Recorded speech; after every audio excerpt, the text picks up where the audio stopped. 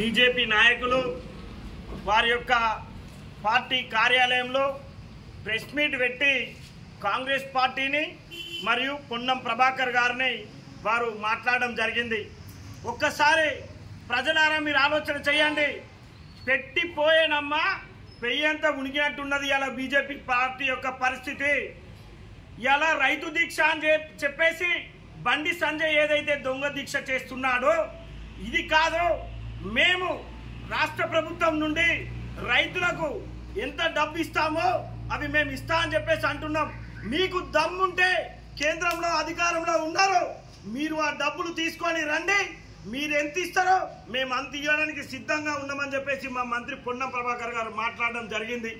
మీరు ఇలా కేంద్రంలో అధికారంలో ఉన్నారు, ఢిల్లీలో నరేంద్ర మోడీ ముందు దీక్ష చేద్దాం రైతుల కోసం, దానికోసం మాట్లాడాలి. కానీ ఇవాళ ఏదో నేను ఇక్కడ మళ్ళీ ఎలక్షన్లకు ఓట్లు దండుకోవడం కోసం ఇవాళ మీరు దీక్ష చేస్తున్నారే తప్ప రైతుల కోసం కాదు అని చెప్పేసి అంటున్నాం. అదొక్కటే కాదు, ఇవాళ 6 గ్యారంటీలు అంటున్నారు. 6 గ్యారంటీలను ఇచ్చే బాధ్యత మా కాంగ్రెస్ పార్టీ తీసుకుంటుంది. 6 గ్యారంటీలను నెరవేర్చే బాధ్యత మా కాంగ్రెస్ పార్టీ ఉన్నది. మీరు మాకు గుర్తు చేయాల్సినంత అవసరం కూడా లేదు. మేము ఏదైతే ఉందో ఇప్పటికే మేము 6 గ్యారంటీలలో 4 గ్యారంటీలు కంప్లీట్ చేయడం కూడా జరిగింది. కానీ ఇవాళ మీరు ఏమంటున్నారు, ఈ కాంగ్రెస్ పార్టీని వదిలిపెట్టేది లేదు, వారు ఎంబడి పడతామంటున్నారు. మీరు స్థోయి తప్పినోళ్ళు ఒక్కసారి మీరు ఆలోచన చేసుకోండి, ఆత్మవిమర్శ చేసుకోండి. 15 లక్షల రూపాయలు జీరో అకౌంట్లో తీసుకున్న వారికి మీరు 15 లక్షల రూపాయలు ఇస్తా అన్నారు. ఇయాడికి రూపాయి వేయలేదు. నల్లధనాన్ని బయటికి తీసుకొస్తా అన్నారు. ఒక్క రూపాయి కూడా తీసుకొచ్చిన దాఖలాలు లేవు. మళ్ళీ ఇవాళ మాట్లాడుతున్నారు.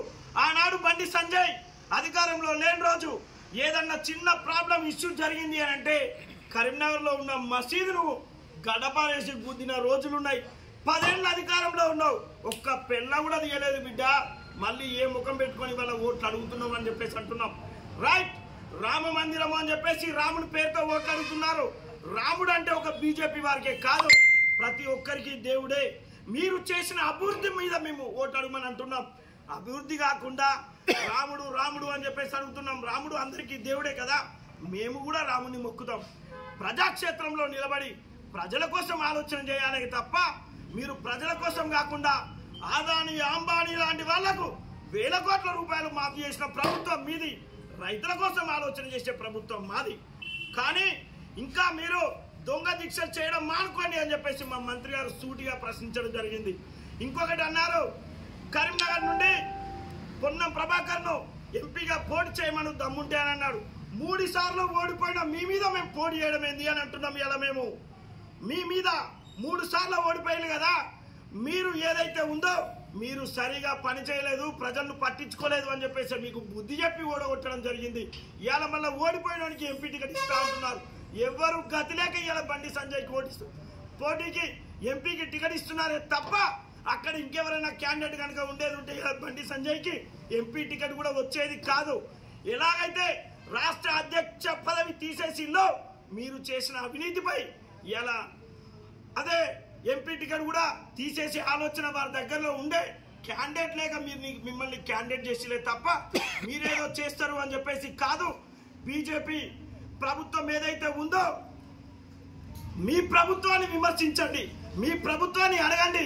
మనం ఇచ్చిన హామీలు మనం నెరవేర్చలేదు. ఇవాళ కాంగ్రెస్ పార్టీ అధికారంలోకి వచ్చి 3 నెలలు కాకముందే వాళ్ళని అడగడం తప్పు అన్న ఆలోచన సోయి మీకు ఉండాలి. అలాంటి సోయి లేకుండా 10 ఏళ్ళు అధికారంలో ఉండి దాన్ని మర్చిపోయిలు మీరు. ఇవాళ ఇంకొకటి ఆత్మవిమర్శ చేసుకోండి.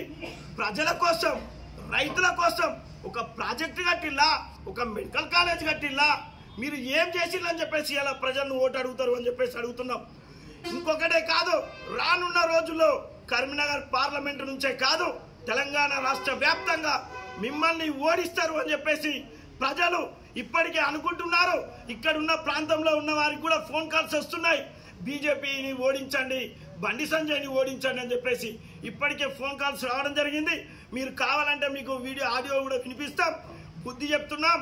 మీరు ఇంకో తాప మా మంత్రి పొన్నం ప్రభాకర్ గారి మీద అవాక్కులు చెవక్కులు కనుక చేస్తే మంచిగా ఉండదని చెప్పేసి ఖబర్దార్గా ఉస్మానాబాద్ కాంగ్రెస్ పార్టీ పక్షాన హెచ్చరిస్తున్నాం. ఖబర్దార్, ఇంకో తాప ఇలాంటి మాటలు మాట్లాడకండి. ఏదైనా ఉంటే ప్రజాక్షేత్రంలో రానున్న రోజుల్లో తేల్చుకుందాం. దానికి మీరు సిద్ధం రండి అని చెప్పేసి ఉస్మానాబాద్ కాంగ్రెస్ పార్టీ పక్షాన డిమాండ్ చేస్తున్నాం.